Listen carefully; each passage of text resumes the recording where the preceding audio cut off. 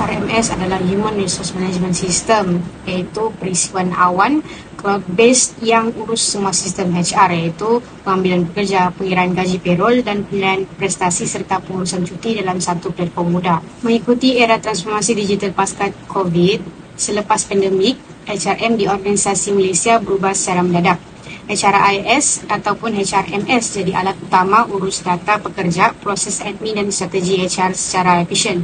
Integrasi rekrutmen, payroll, prestasi dan cuti ialah kerja manual.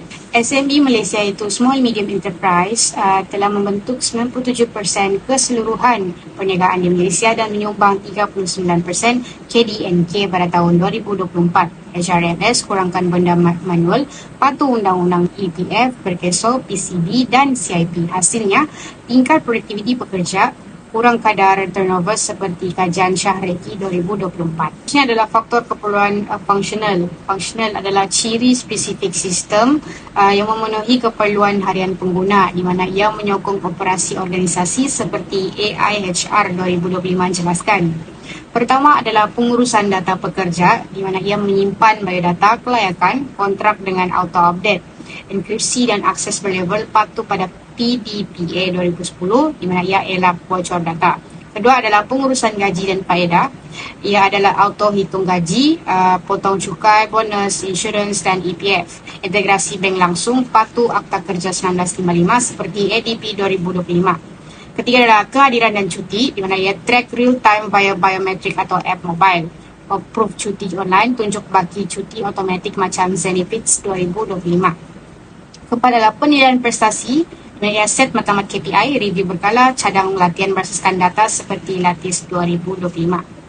Kemudian adalah integrasi sistem, link email, kalender, SAP atau QuickBooks. Kegagalan, integrasi boleh crash sistem keseluruhan seperti Oracle 2025 amarankan. Ini adalah keselamatan dan akses di mana login lapis seperti two-factor authentication dapat memblok penggodam. Audit log record di mana ia merekod semua aktiviti, jejak dan sebagainya. Kemudian anti-threat protection yang mempunyai enkripsi blok serangan real time, ianya patuh ISO 27001 dan NIST lindung data gaji.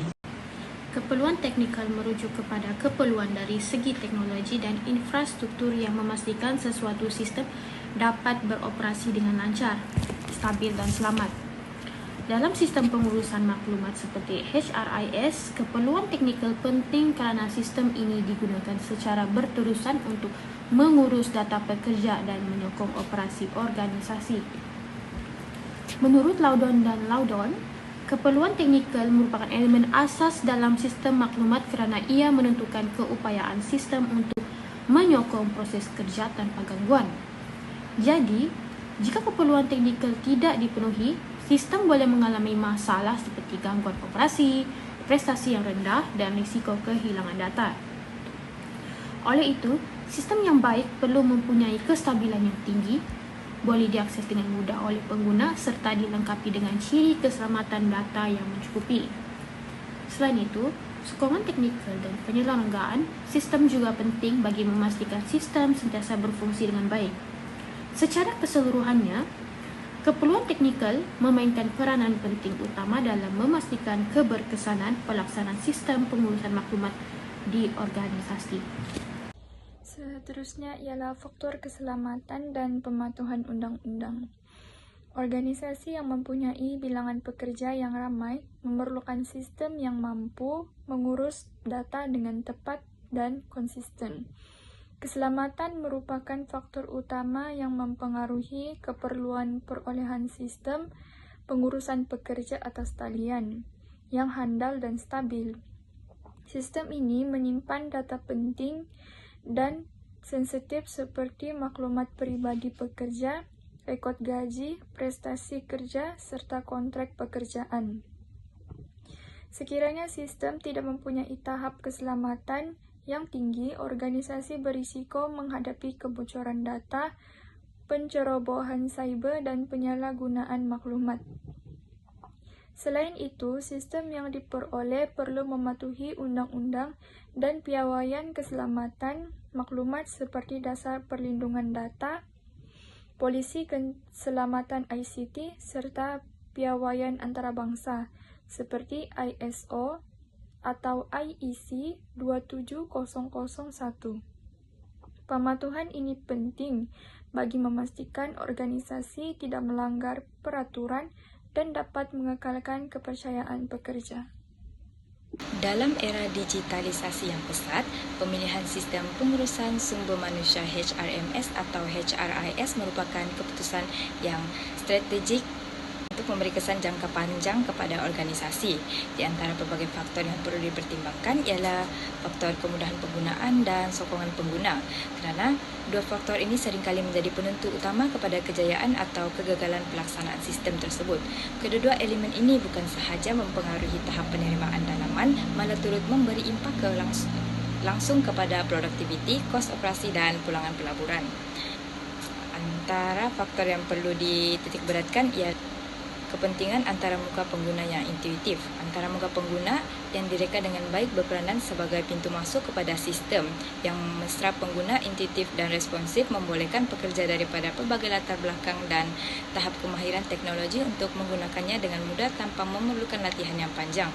Contohnya, navigasi yang lancar dan reka bentuk visual yang jelas dan dapat mengurangkan kesilapan operasi dan reka bentuk visual, serta dapat mempercepatkan penyelesaian tugasan harian seperti mengemas kini maklumat peribadi, permohonan cuti atau capaian penyata gaji. Tambahan pula, dengan trend mobile first yang semakin meluas, sistem HRMS perlu diakses melalui pelbagai peranti, terutamanya telefon pintar. Ini amat penting bagi organisasi yang mempunyai pekerja lapangan, pasukan jualan atau kaki tangan yang bekerja sebagai hybrid.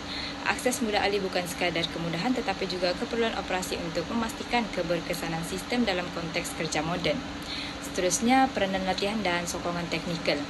Walaupun antarmuka yang baik dapat mengurangkan keperluan latihan asas, sokongan berterusan tetap penting untuk memastikan pengguna dapat menghadapi sebarang masalah dengan pantas dan berkesan.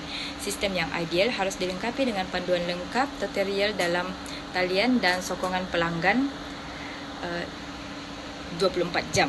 Kemas kini automatik juga perlu diperkembangkan bagi memastikan sistem sentiasa selamat, stabil dan mengikut perkembangan teknologi. Sokongan yang mantap bukan sahaja menyelesaikan masalah teknikal, malah meningkatkan keyakinan pengguna terhadap sistem ini.